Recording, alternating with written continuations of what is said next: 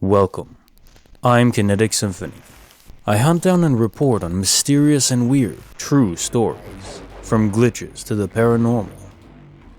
Case file number 682, written by user 01980. My mom hacked the simulation. This might sound like it's not a first-hand encounter, but it is. Just bear with me for a bit. Backstory about my mom.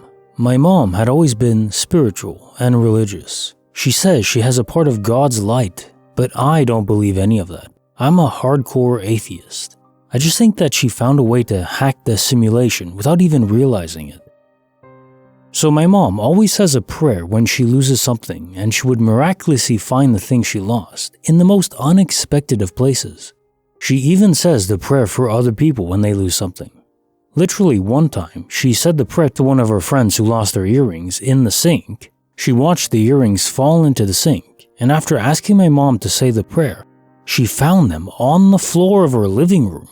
But that's only one thing that my mom does. I don't even know anymore. So one day, I was sarcastically telling my mom to say a prayer to find my old precious puppy doll, which I had lost a long time ago. She literally said, "I'm afraid that you'll go insane after finding it there, in a completely different country, and you won't be able to handle it." I was moving to another country, so I was like, yeah, right. So I moved to another country, and guess what I found?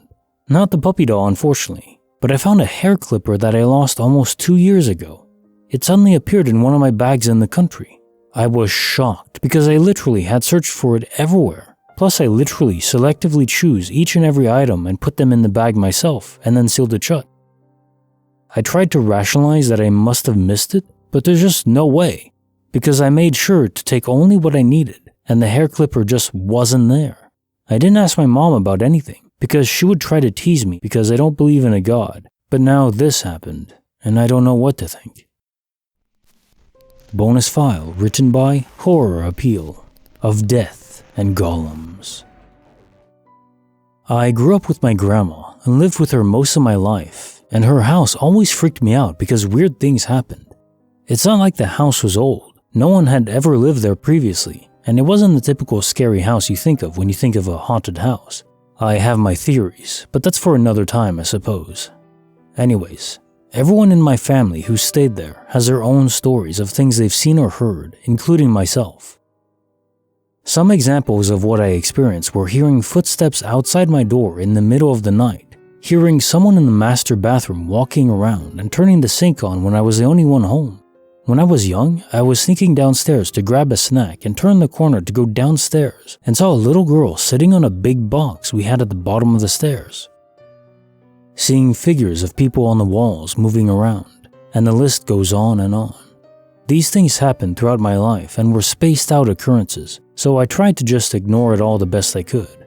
But what I experienced when my grandma was dying were some of the most intense things I've ever witnessed. My grandma had breast cancer. Eventually, it spread through her body and she lost the battle. They put her in hospice and we set up her living room for her to stay in so we could take care of her. The last week of her life is when things started getting really weird.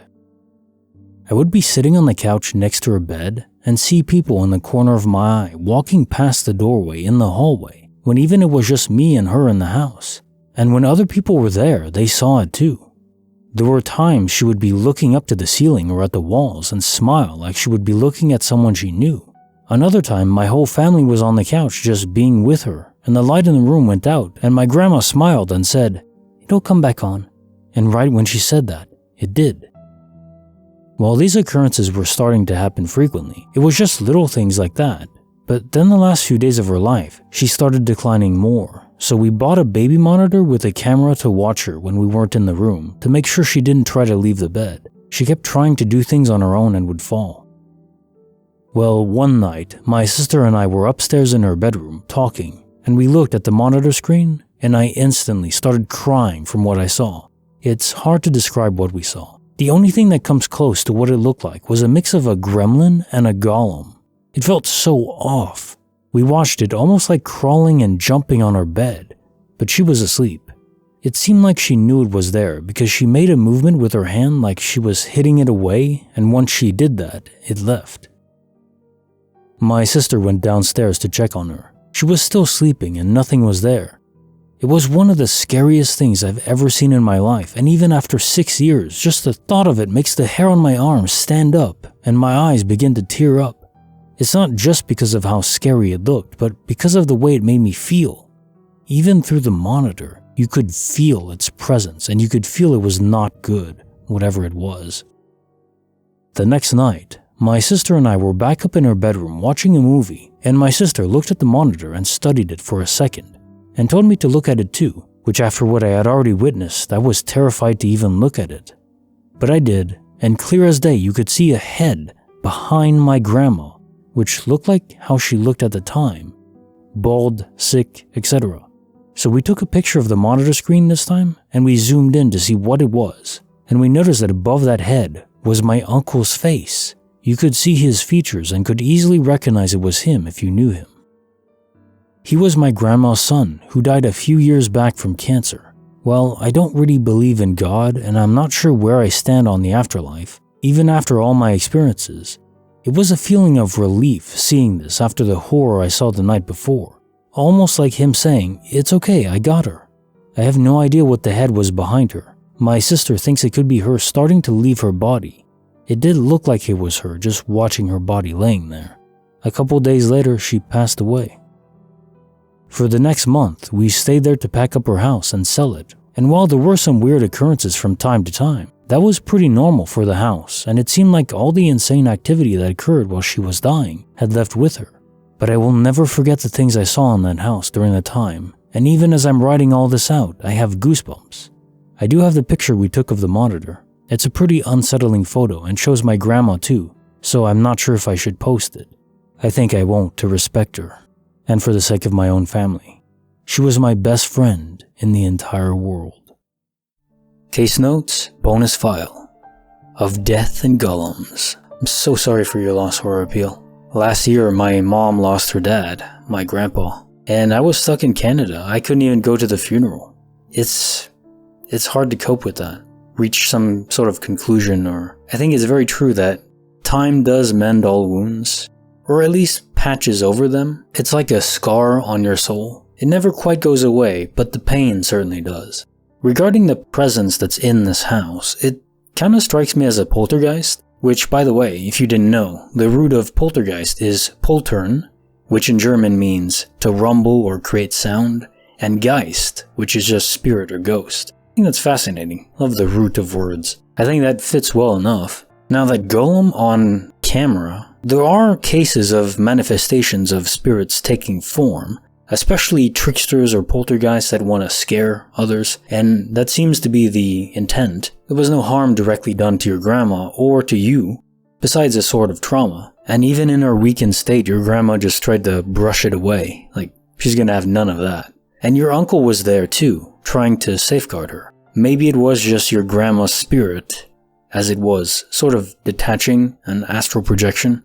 That is also possible. I like the idea that it was your uncle, that it was there to safeguard and just say, yeah, I got her. That's a very beautiful thought. That our loved ones are still around and keeping a watchful eye. If there's quantum immortality and it's just echoes or imprints of who we loved, well, they're still powerful. They can still affect the world. Ghosts and spirits are affecting the world all the time in the EM spectrum, flickering lights, turning off electronics, and even moving objects sometimes. If the world is simply a manifestation of wave properties, then it's not altogether that surprising that spirits or echoes are able to manipulate the world. They're just manipulating waves in certain regards. It's all energy in the end.